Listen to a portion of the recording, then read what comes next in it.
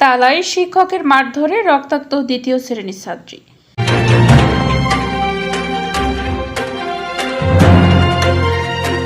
দর্শক, স্বাগত জানাচ্ছে বিবিআর নিউজে। শুনছিলেন সংবাদ শিরোনাম। মোহাম্মদ ফয়সাল হোসেনের তথ্যচিত্রে বিস্তারিত দেখুন।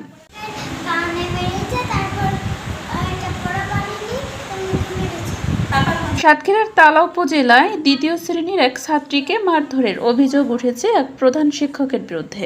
বৃহস্পতিবার 2 এপ্রিল সকালে উপজেলার খলিলনগর ইউনিয়নের রায়পুর সরকারি প্রাথমিক বিদ্যালয়ে এই ঘটনা ঘটে। ভুক্তভোগী ছাত্রী শিবাঙ্গী বাছার দ্বিতীয় শ্রেণীর রায়পুর গ্রামের সজল বাছারের মেয়ে।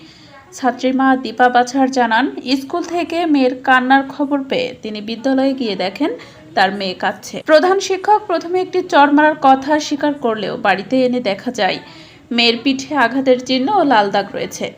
এমনকি কানের আঘাতের কারণে রক্ত বের হয় এবং মুখে ফোলা দেখা যায়। তিনি আরও জানান, পূর্ব ঘোষণা ছাড়াই অঙ্ক পরীক্ষা নেওয়া হয়। পরীক্ষা দিতে না পারায় প্রধান শিক্ষক শারীরিকভাবে নির্যাতন করেন। পরে মেয়েকে তালা উপজেলা স্বাস্থ্য কমপ্লেক্সে চিকিৎসা দেওয়া হয়। এ ঘটনায় উপজেলার শিক্ষা অফিসে লিখিত অভিযোগ দেওয়া হয়েছে এবং তিনি এর বিচার দাবি করেন। আহত ছাত্রী শিবাঙ্গী বাছার জানায়, স্যার আগে না জানিয়ে অঙ্ক পরীক্ষা নেন, আমি না পারায় স্যার আমাকে মুখে, পিঠে ও কানে মারেন। প্রধান শিক্ষক জিএম আবুল হাশেম বলেন, বিষয়টি স্বীকার করে জানান, শিক্ষার্থীকে 2টি চড় লেগে গেছে। বিষয়টি নিয়ে অভিভাবকদের সঙ্গে আলোচনা চলছে।